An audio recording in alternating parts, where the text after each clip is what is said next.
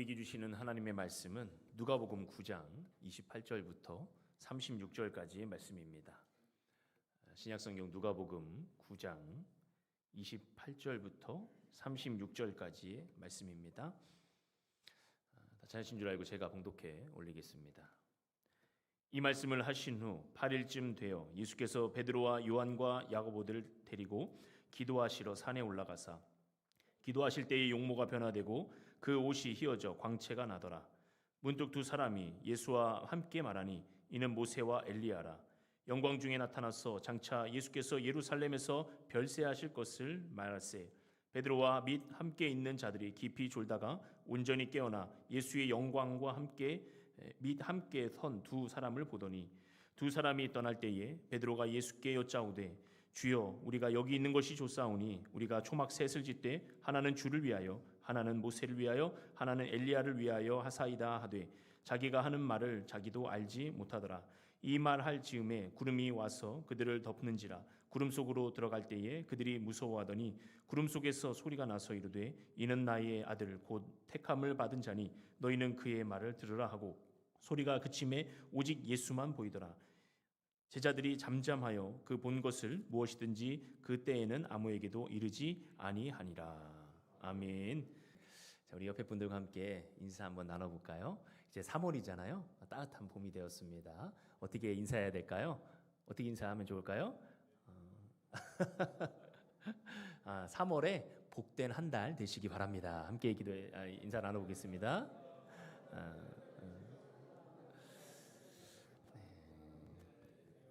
날씨가 점점 따뜻해지고 완연한 봄이 이제 왔습니다. 하나님께서 이 봄날에 이제 봄비도 내려주시고 또 귀한 은혜의 역사, 하나님의 단비를 내려주실 줄 믿습니다. 아멘. 아멘. 자, 오늘은 그럼 제가 이 스토리 하얀색이죠? 하얀색이라는 것은 빛을 상징합니다. 빛 되신 예수님.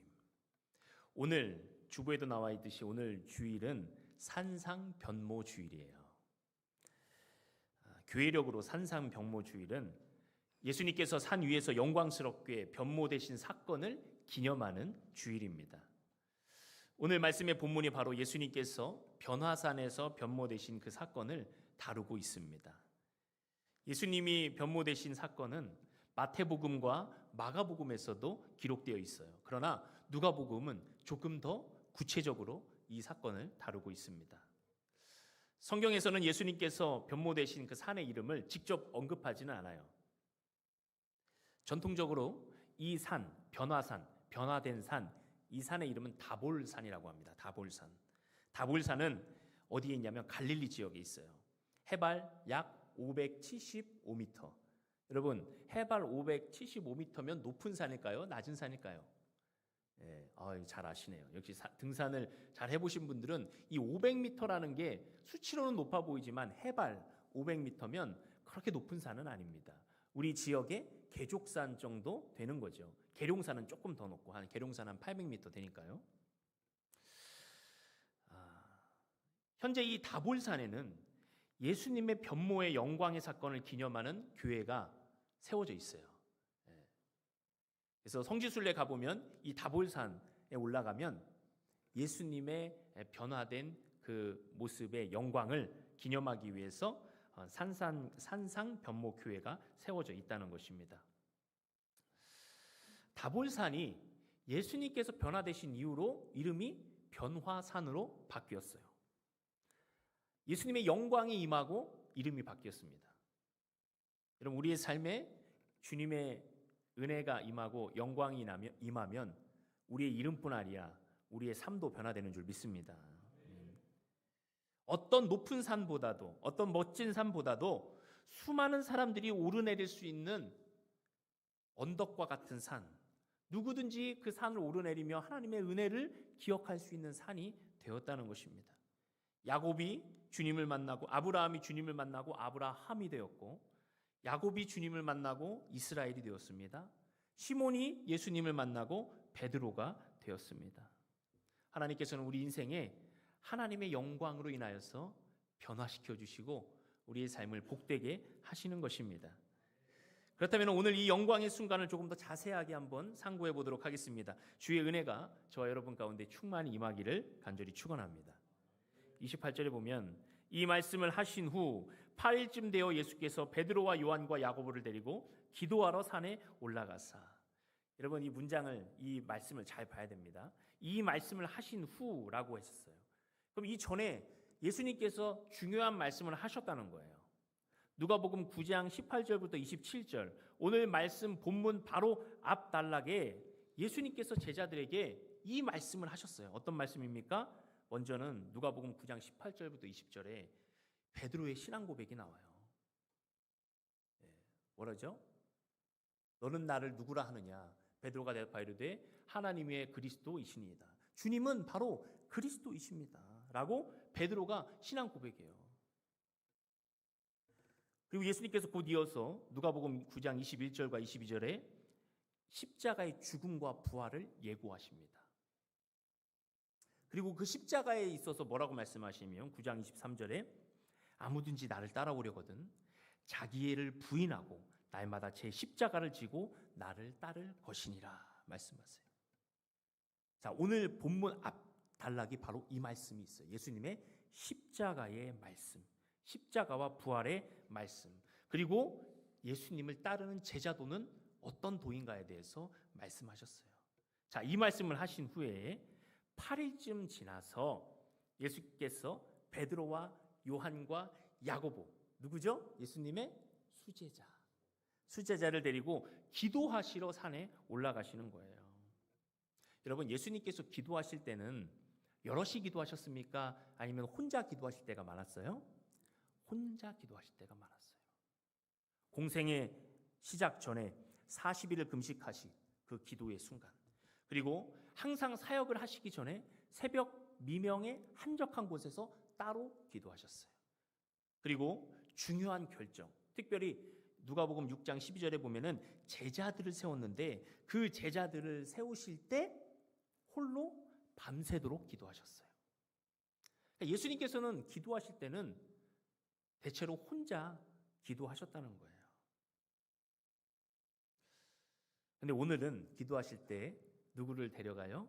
베드로와 야고보와 요한을 데리고 가는 거예요. 어떤 의미가 있을까요? 예수님께서 기도하러 제자들을 데리고 같이 변화산 다볼산으로 올라가셨어요. 29절에 기도하실 때에 용모가 변화되고 그 옷이 휘어져 광채가 나더라. 문득 두 사람이 예수와 함께 말하니 이는 모세와 엘리야라.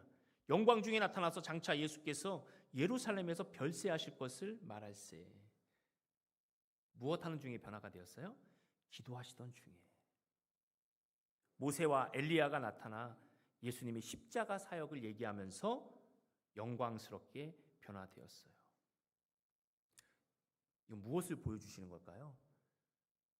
예수님께서는 하나님이시고 그분의 아들이시고 그리고 이 땅에 오신 하나님의 본체라는 것을 보여주시는 거예요. 그리고 이야기 나누는 것이 십자가 사건. 자, 예수님께서 오늘 앞 단락에 십자가에 대해서 말씀하신 후에 뭘 보여주시는 거예요? 현장 실습을 시켜주시는 거예요. 내가 이제까지 말한 걸 잘 알아들었니? 이제 나를 따라와라. 내가 너희들이 보여줄 것이다 하면서 기도하시는 중에 변화되어서 예수님의 영광스러운 모습과 그분의 십자가의 영광을 보여주시는 거예요. 왜 이런 것을 보여주실까요? 첫째는 예수님의 신성과 영광을 체험하게 하시기 위해요.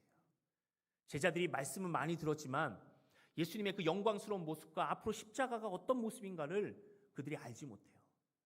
십자가는 끔찍한 처형 도구잖아요. 그런데 예수님께서 십자가의 사건을 통하여서 온 인류를 구원하신다는 그 은혜를 제자들에게 보여주시기를 원하셨어요. 그래서 예수님께서는 영광스럽게 변화되신 거예요. 하나님의 아들로서 이 땅에 오셨고 십자가에 죽으실 것이라는 것을 제자들에게 보여주시는 거예요.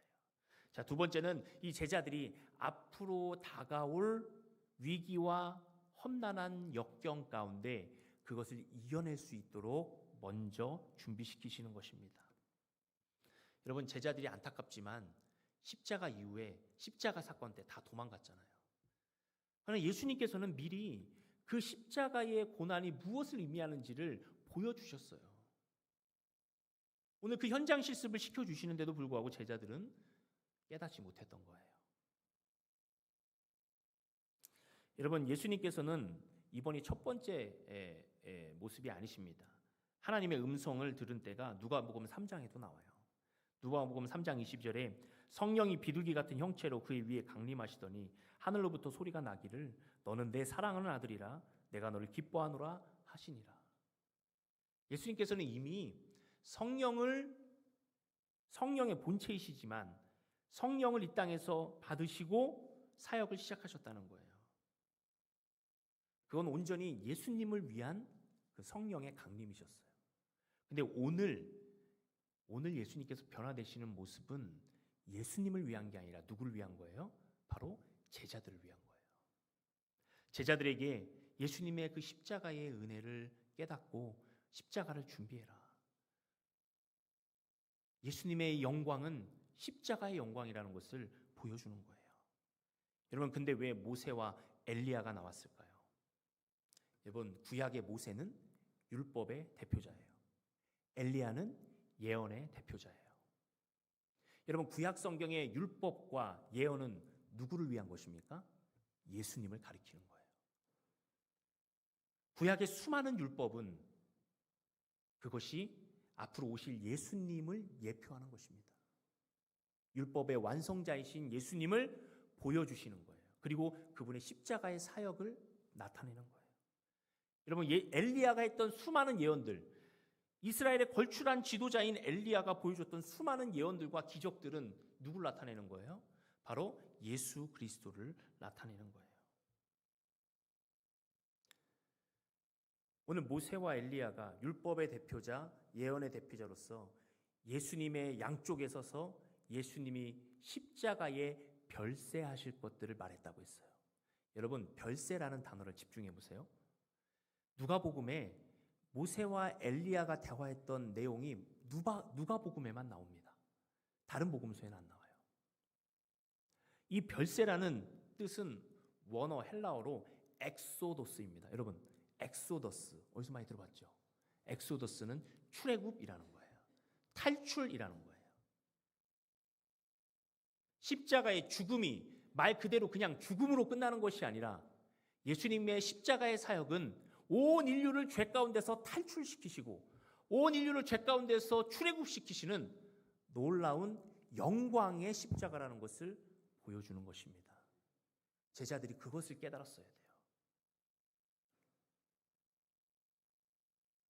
이 십자가의 영광이 얼마나 큰 영광인지, 그 십자가의 사건 속에서도 제자들은 굳건히 그 믿음을 지켰어야 되는 것입니다. 우리도 마찬가지예요. 그리고 십자가만 나타내는 것이 아니라 부활의 사건도 나타내요. 여러분, 모세는 120살까지 살고 죽었다고 성경에 나오잖아요. 근데 성경에 보면 그의 무덤을 찾으려고 해도 찾을 수가 없다고 했어요. 어떻게 되었는지 모른다는 거예요. 그리고 엘리야는 어떻습니까? 엘리야는 회오리 바람으로 병거를 타고 가는 중에 하늘로 올려갔어요. 모세와 엘리야는 예수님의 모든 십자가와 부활의 사건들을 예표하는 구약의 대표가 되는 거예요.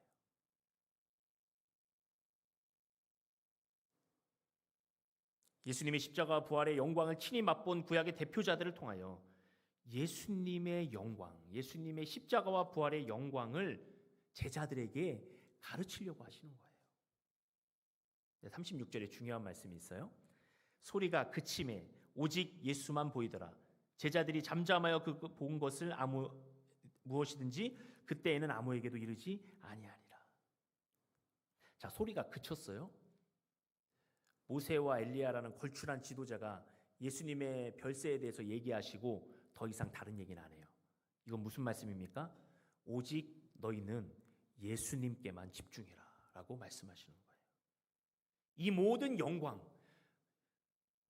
모습이 희어지고 너무 보기에 찬란하고 멋있는 그 모습 속에서도 무엇을 바라봐야 되냐? 그 속에 예수님의 십자가를 바라봐야 된다는 거예요.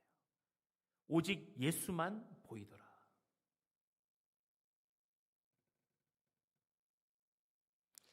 여러분, 예수님께서 이 정도 보여주셨으면 어떻게 해야 됩니까?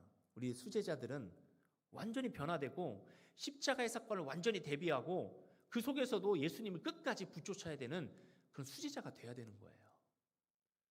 여러분, 근데 제자들은 이 영광스러움 앞에서 어떻게 하고 있습니까? 32절. 베드로와 및 함께 있는 자들이 깊이 졸다가 온전히 깨어나 예수의 영광과 및 함께 선 두 사람을 보더니 33절에 두 사람이 떠날 때에 베드로가 예수께 여짜오되 주여 우리가 여기 있는 것이 좋사오니 우리가 초막셋을 질 때 하나는 주를 위하여 하나는 모세를 위하여 하나는 엘리야를 위하여 하사이다 하되 자기가 하는 말을 자기도 알지 못하더라. 여러분, 지금 베드로는 그 제자들은 예수님의 영광스러운 모습을 영의 눈으로 본 게 아니라 무엇으로 봤어요? 육의 눈으로 본 거예요. 왜냐하면 그들은 기도하지 않고 어떻게 했어요? 졸았기 때문입니다. 여기서 여러분, 졸았다는 표현은 이 순간만 피곤해서 졸았다는 것을 말하는 게 아니에요. 평소에도 기도의 습관이 없었다는 거예요. 평소에도 하나님 앞에 엎드려서 자신을 내어놓고 자신의 연약함과 부족함을 하나님께 아뢰면서 오직 말씀만 붙잡는 기도의 순간을 그들이 지키지 못했다는 거예요. 거룩한 기도의 습관이 없습니다. 여러분, 기도가 없다는 것은 무엇입니까? 성령의 역사가 일어나지 않는다는 거예요. 기도가 없다는 것은 내 눈으로 보고 내 마음으로 보고 내 생각으로만 판단한다는 거예요. 여러분, 기도가 없다는 것은 하나님의 역사를 온전히 바라보지 못한다는 것입니다. 심지어 그 하나님의 영광을 사람의 영광으로 끌어내리는 거예요. 베드로의 고백을 다시 한번 보십시오. 우리가 여기 있는 것이 좋사오니. 베드로가 하나님의 영광을 사모하는 것은 너무나 좋은 거예요. 하나님, 예수님 그 영광 여기에 머물고 싶습니다. 예수님, 주님의 변화되신 그 모습 그 자체를 너무나 사랑합니다. 라고 고백하는 그 모습, 여러분, 베드로가 영광을 사모하는 것은 좋은 습관입니다. 저와 여러분이 하나님의 영광을 사모하는 인생들이 되시기를 주님의 이름으로 축원합니다. 영광은 좋은 거예요. 하나님의 영광이에요. 그런데 베드로가 간과했던 것은 무엇을 통과해야 되는 영광인지를 몰랐다는 것입니다.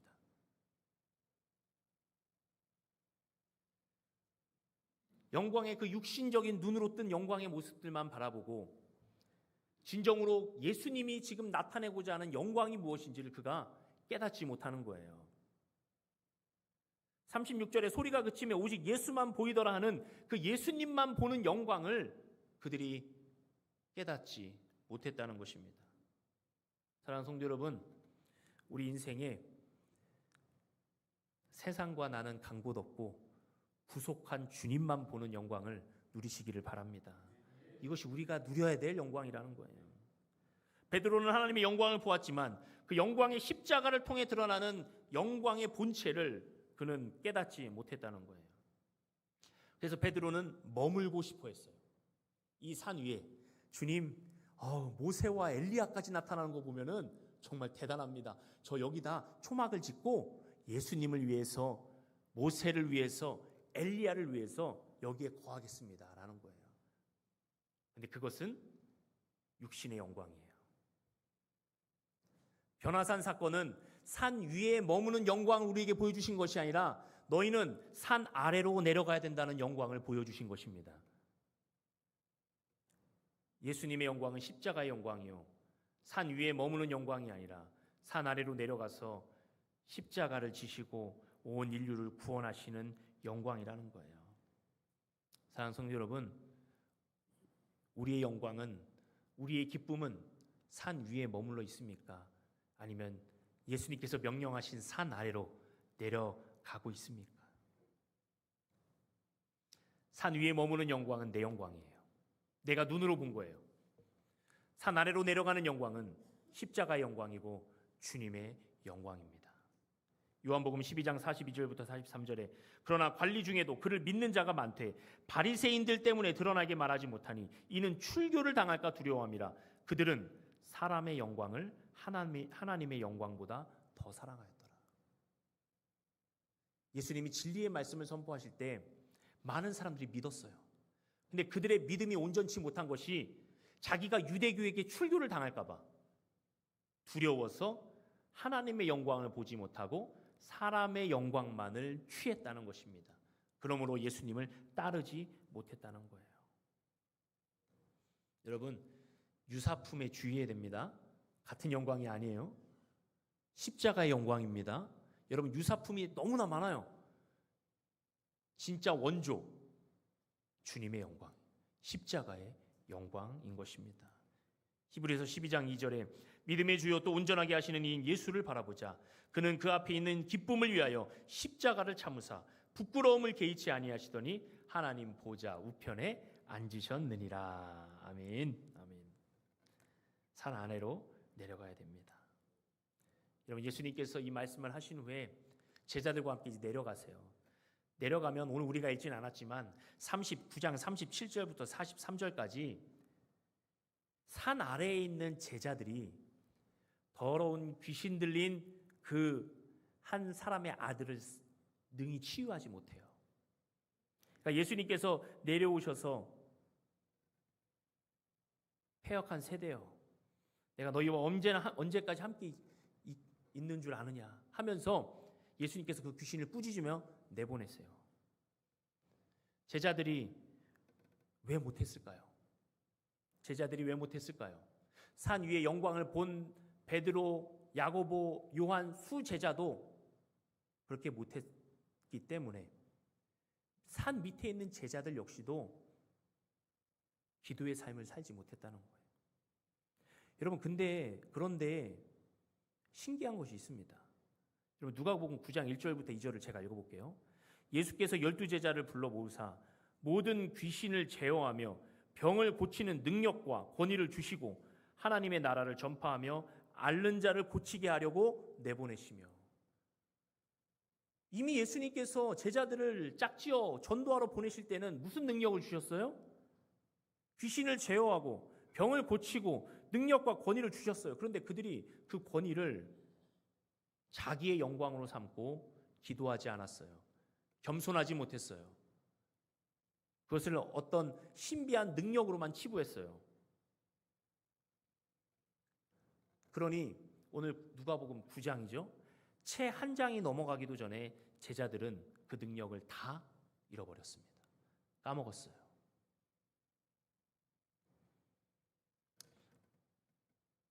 오늘 누가복음 평행 본문인 같은 본문인 마가복음의 9장 29절에 왜 우리는 귀신을 내어쫓지 못합니까? 예수님께 질문할 때 예수님께서 뭐라고 대답하시냐면 누가복음 9장 29절입니다. 이르시되 기도 외에 다른 곳으로는 이런 종류가 나갈 수 없느니라 하시니라. 기도 외에는. 또 다른 본문에는 기도와 금식 외에는 라고 말씀하고 있어요. 사랑하는 성도 여러분, 예수님의 제자라면, 저와 여러분이 예수님을 믿고 주님으로부터 권능을 받은 자라면 기도하는 척하지 말고 기도하시기를 바랍니다. 기도가 능력입니다. 기도밖에 없습니다.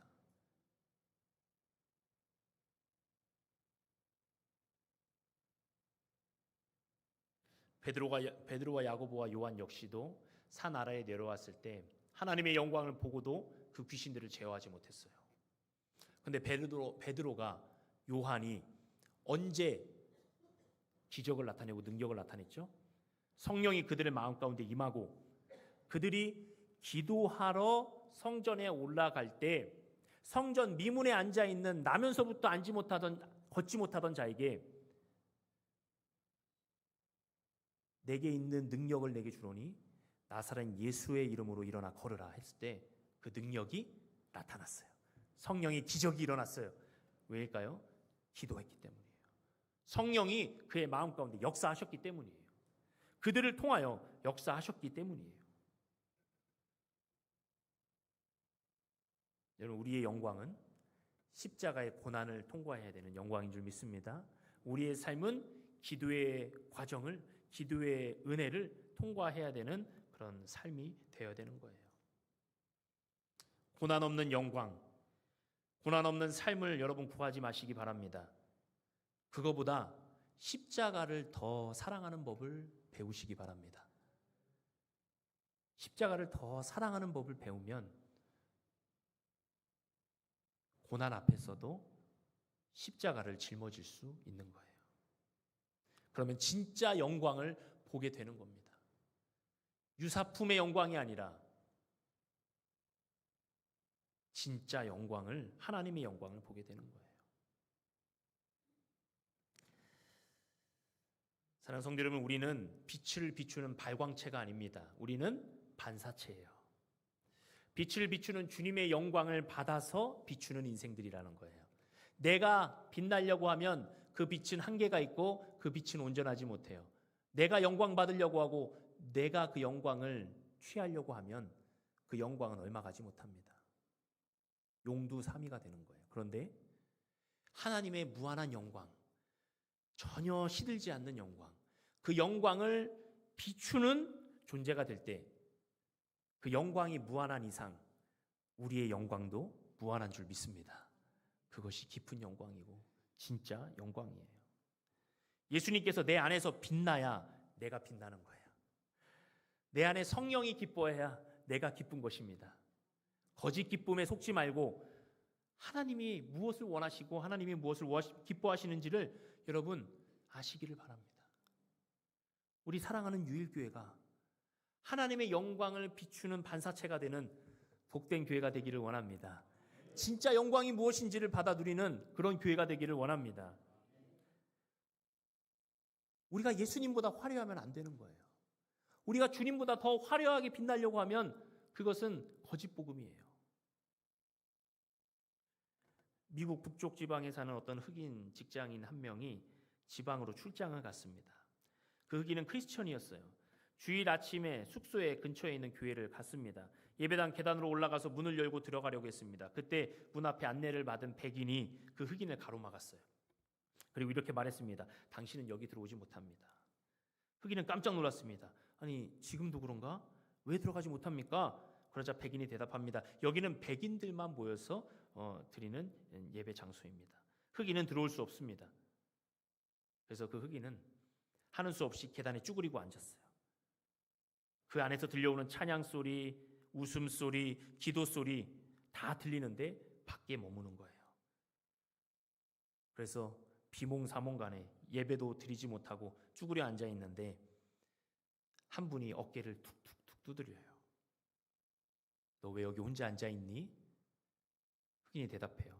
이 문을 열어주지 않아서 제가 이 교회에 들어갈 수 없습니다라는 거예요. 그 어깨를 두드리시는 분이 누구실까요? 예수님. 예수님이 두드리시면서 하는 말, 그래? 나도 한 번도 못 들어가 봤어. 사랑하는 성도 여러분, 우리 교회는 예수님이 주인된 교회인 줄 믿습니다. 사람의 영광은 들어설 자리가 없는 거예요. 예수님의 영광만이 우리 교회의 주인이 되어주시고 예수님의 영광이 우리 교회를 이끌어 가시면 우리 교회는 놀라운 영광의 교회가 되는 줄 믿습니다. 아멘. 여러분, 예수님도 못 들어오는 교회가 교회입니까? 예수님이 마음껏 드나드셔야 되는 교회가 참된 교회입니다. 저는 우리가 교회예요. 저와 여러분들이 예수님이 마음껏 주님 오십시오, 주님 어서 오십시오 라고 받아들일 수 있는, 영접할 수 있는, 나를 내려놓고 내 보좌에 예수님을 앉게 하실 수 있는, 앉히게 할 수 있는 그런 교회가, 그런 성전이, 그런 우리의 삶이 되어야 되는 겁니다. 말씀을 정리하겠습니다. 사랑하는 성도 여러분, 오늘 예수님께서 영광스럽게 변모되셨어요. 그 영광은 십자가의 영광이에요. 십자가의 영광을 통과하면 하나님의 찬란한 영광이 더 빛나게 우리의 삶에 임하게 되는 것입니다. 십자가의 영광을 간구한 영광은 아무 영광이 될 수가 없는 것입니다. 저 여러분의 삶에 온전히 십자가만 드러나고 하나님께 기쁨이 되기를 간절히 축원드립니다. 오늘은 산상병모주일이고 3월 5일 불과 며칠 지나지 않으면 죄의 수요일입니다. 여러분, 왜 죄의 수요일일까요? 죄를 뒤집어 쓰고 회개한다 해서 죄의 수요일이에요. 죄의 수요일로부터 사순절이 시작되고 죄의 수요일부터 주일을 빼고 40일이 지나면 부활주일이 찾아오는 거예요. 그러니까 정확히 말하면 47일이 되는 거죠. 여러분 좀 이따 설명을 드리겠지만 사순절 영적 성장 플래너를 제가 이틀 꼬박 만들었습니다. 아이디어를 떠오르면서 막 생각하면서 기도하면서 만들었어요. 왜 만들었습니까? 여러분들에게 그냥 뭐 어떤 규칙을 드리기 위해서 만들었어요? 아니에요. 이건 검사도 안 하고 이 어떤 뭐 안 합니다. 그러니 시상은 할까 생각을 하고 있어요. 여러분 여기에 펼쳐보면은 성경 읽기, 기도 생활, 성경 암송, 절제 실천, 기도 실천이 있어요. 여러분 우리 그리스도인들이 당연히 해야 되는 5가지예요. 우리가 왜 이걸 놓치고 있습니까? 사람의 영광을 구하기 때문이 아닐까요? 여러분 사람의 영광이 아니라 예수님의 십자가의 영광을 구하면 우리가 말씀을 보고 묵상하고 기도하고 절제하고 그리고 뭐예요? 전도하게 되어 있어요. 그리고 부활주일이 되면 우리가 한 영혼은 전도해야 되잖아요. 하나님의 명령입니다. 하나님의 말씀이에요. 그리고 여러분 우리가 금식을 한다 하면 금식하고 이 구제헌금을 내는 거예요. 내가 금식한 만큼 내가 소비되는 것을 줄이고 하나님 앞에 드리는 거예요. 이웃을 위해서 드리는 거예요. 주님은 오늘도 우리에게 이 말씀으로 우리를 인도해 주십니다. 말씀에 따라서 승리하고 하나님의 영광을 바라보는 저와 여러분 이 산삼병모주일에 기쁨을 누리는 저와 여러분들이 되시기를 주님의 이름으로 축원합니다. 아멘. 기도하겠습니다.